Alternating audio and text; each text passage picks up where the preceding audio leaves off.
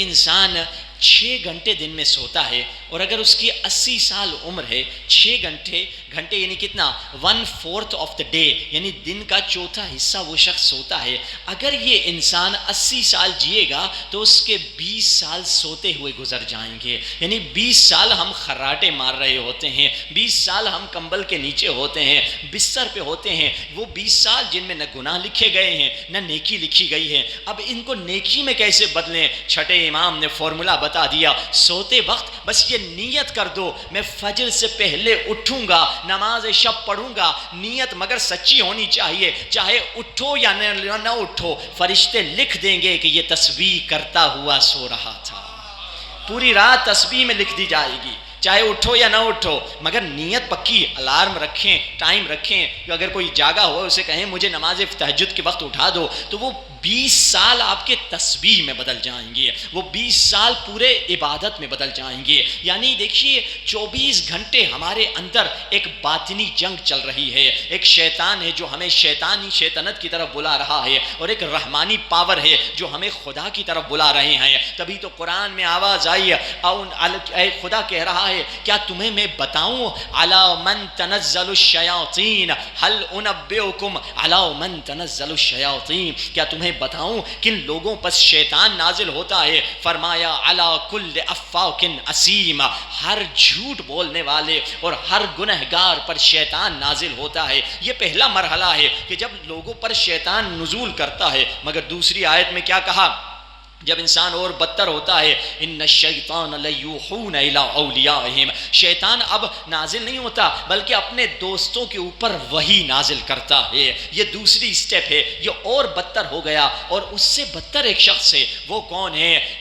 نقیض لہ شیطان فہو لہ قرین. اب وہ شیطان ہمیشہ اس کے ساتھ رہتا ہے، اس کا دوست ہو چکا ہے. یعنی جو انسان اس باطنی جنگ میں ہار جاتا ہے، شیطان اس کا فرینڈ بن جاتا ہے، شیطان اس کا یار ہو جاتا ہے، اس کا دوست ہو جاتا ہے. تبھی تو حدیث میں ہے کہ جاہدوا اہواءکم کما تجاہدون اعداءکم. رسول اللہ فرماتے ہیں کہ جس طرح سے تم اپنے دشمن سے لڑتے ہو، بالکل ویسے ہی اپنی خواہشات سے لڑو. کیونکہ قرآن میں آواز آئی وَأَمَّا مَنْ خَافَ مَقَامَ رَبِّهِ وَنَهَى النَّفْسَ عَنِ الْهَوَى فَإِنَّ الْجَنَّةَ هِيَ الْمَأْوَى.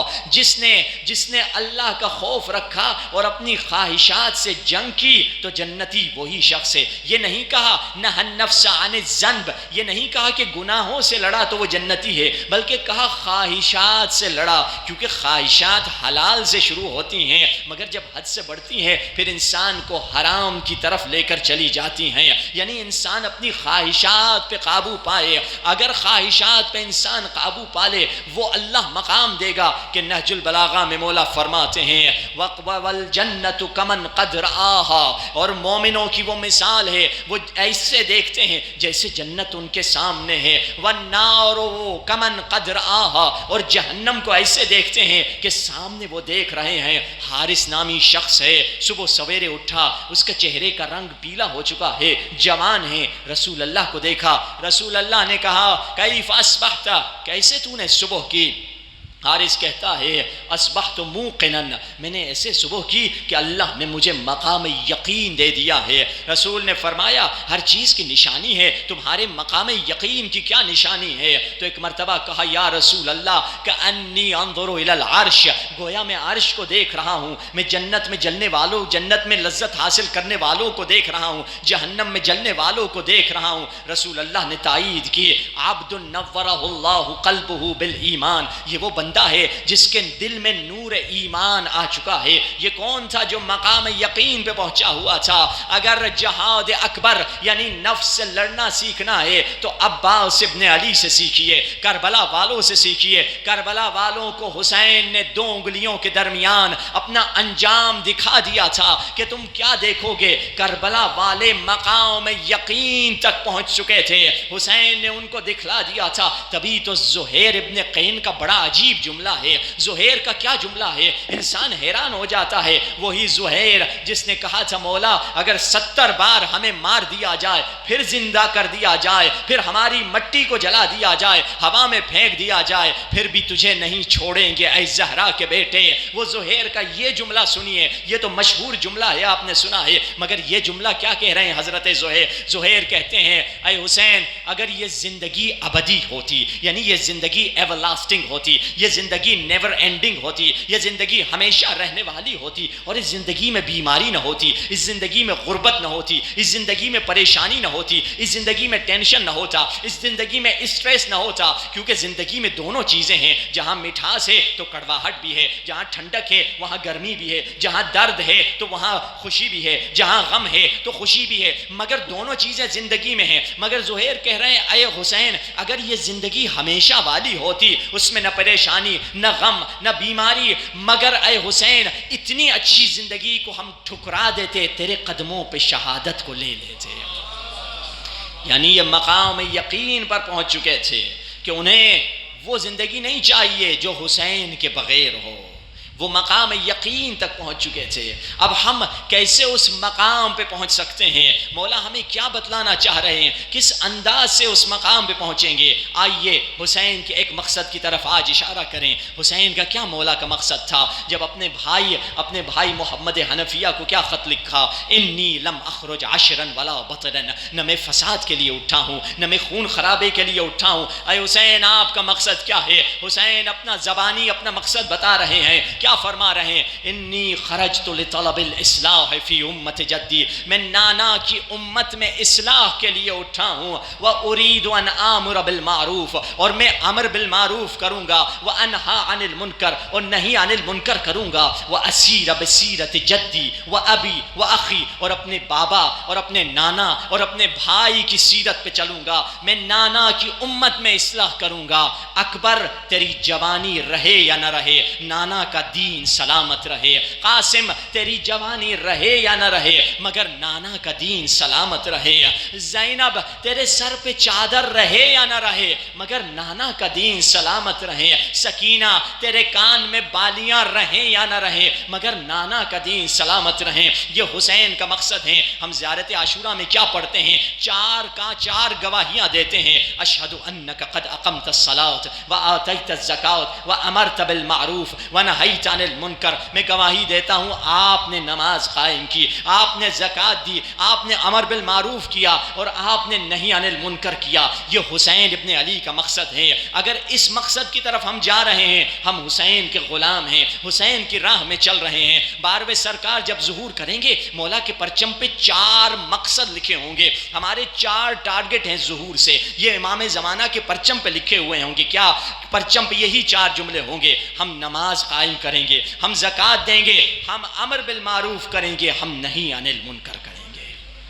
4 مقصد امام حسین کے تھے. 12ویں سرکار کے پرچم پہ بھی یہ 4 مقصد لکھے ہوئے ہوں گے کہ انسان جو امر بالمعروف چھوڑ دیتا ہے, فرمایا اگر تم امر بالمعروف چھوڑ دو گے, خدا ظالم کو تم پہ مسلط کر دے گا, پھر تم جتنی دعا مانگو گے تمہاری دعا قبول نہیں ہوگی. ہم امر بالمعروف ہم مسجد سے, مگر اصل امر بالمعروف کس کو کرنا ہے؟ اپنے زمانے کی سیاستدان کو امر بالمعروف کریں, طاقتور کو امر بالمعروف کریں, پاورفل کو امر بالمعروف کریں. ہم ٹھیک ہے مسجد میں آنے والے کو بھی امر بالمعروف کرنا چاہیے, مگر صرف یہ ممبر پہ بیٹھنے والے کی ذمہ داری نہیں, ہر فرد پر جو جاب کر رہا ہے ادھر امر بالمعروف کرے, جو تجارت کر رہا ہے وہ ادھر امر بالمعروف کرے, جو جہاں جہاں ہے جو برا دیکھ رہا ہے امر بالمعروف کریں. اور امر بالمعروف کی قیمت دینی پڑتی ہے.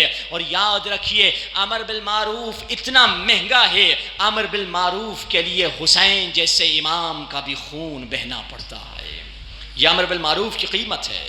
امر بالمعروف کے لیے علی اصغر جیسے ننھے سے مجاہد کو شہید ہونا پڑتا ہے. امر بالمعروف مشکل ہے, انسان امر بالمعروف کرتا ہے پریشانی ہو جاتی ہے, در بدر ہو جاتا ہے, کیونکہ ظالم کبھی قبول نہیں کرتا کہ یہ مجھے کیا کہہ رہا ہے. دیکھیے آپ اٹھائیے کہ وہ لوگ جنہوں نے امر معروف نہیں کیا، قرآن میں اٹھائیے کہا سالے کی اونٹنی کو قوم نے قتل کیا، قرآن کے جملے ہیں فَعَقَرُوهَا فَدَمْدَمَ عَلَيْهِمْ رَبُّهُمْ، انہوں نے مل کر قتل کیا۔ مولا سے پوچھا گیا مولا کیا سالے کی اونٹنی کو سب نے مل کے قتل کیا؟ مولا نے کہا نہیں، ایک شخص نے قتل کیا تھا مگر وہ راضی تھے، اسی لیے خدا نے کہا انہوں نے سب نے مل کے قتل کیا۔ 21 رمضان کو کیا پڑھتے ہیں؟ لعن اللہ قتلت امیر المومنین، قاتل امیر المومنین نہیں، قتلت امیر المومنین۔ قاتل یعنی ایک، قتلت یعنی بہت، بہت سارے قاتل۔ قاتل تو ایک تھا امیر المومنین کا جو ابن ملجم تھا، ہاں قاتل ایک تھا جس نے تلوار ماری تھی، مگر سب وہ قاتل تھے جو اس قتل میں راضی تھے۔ یاد رکھیے جو امر بالمعروف نہیں کر رہا، خاموشی اختیار کر رہا ہے، خاموشی رضامندی کی چھوٹا بھائی ہے۔ اگر رضامندی اور ہے مگر خاموشی بھی رضامندی کا چھوٹا ہی بھائی ہے۔ جو انسان نہیں بول رہا کہ کہاں ظلم ہو رہا ہے، کہاں ستم ہو رہا ہے، مسلمان بھائی کو کہاں ظلم ہو رہا ہے، فلسطین کے بچے کیسے بھوکے مرے جا رہے ہیں، کیسی اسٹارویشن ہو رہی ہے، کیسی وبا وہاں پھیل چکی ہے، اور کوئی اگر بولنے والا نہیں ہے تو یقیناً یاد رکھیے ہم اگر خاموش ہیں تو ہم بھی راضی والے سے ایک سٹیپ کم ہیں مگر پھر بھی اسی میں شامل ہیں۔ امر بالمعروف بہت ضروری ہے۔ حضرت شعیب کو خدا نے حکم دیا کہ اے شعیب اپنی قوم سے کہو تولنے میں دھوکہ نہ کریں۔ حضرت شعیب گئے، قوم سے کہا تولنے میں دھوکہ نہ کرو، مگر قوم نے نہیں مانا۔ خدا نے کہا قوم کو تو نے امر بالمعروف کیا ہے مگر قوم نے نہیں مانا، اب کل عذاب آئے گا۔ آواز آئی خدایا صرف تولنے والوں پر کیوں نہیں عذاب نازل کرتے؟ باقی تو دکاندار ہی نہیں ہے، جو دھوکہ کرتے تھے وہ دکاندار تھے، باقی بیچاروں کا کیا قصور؟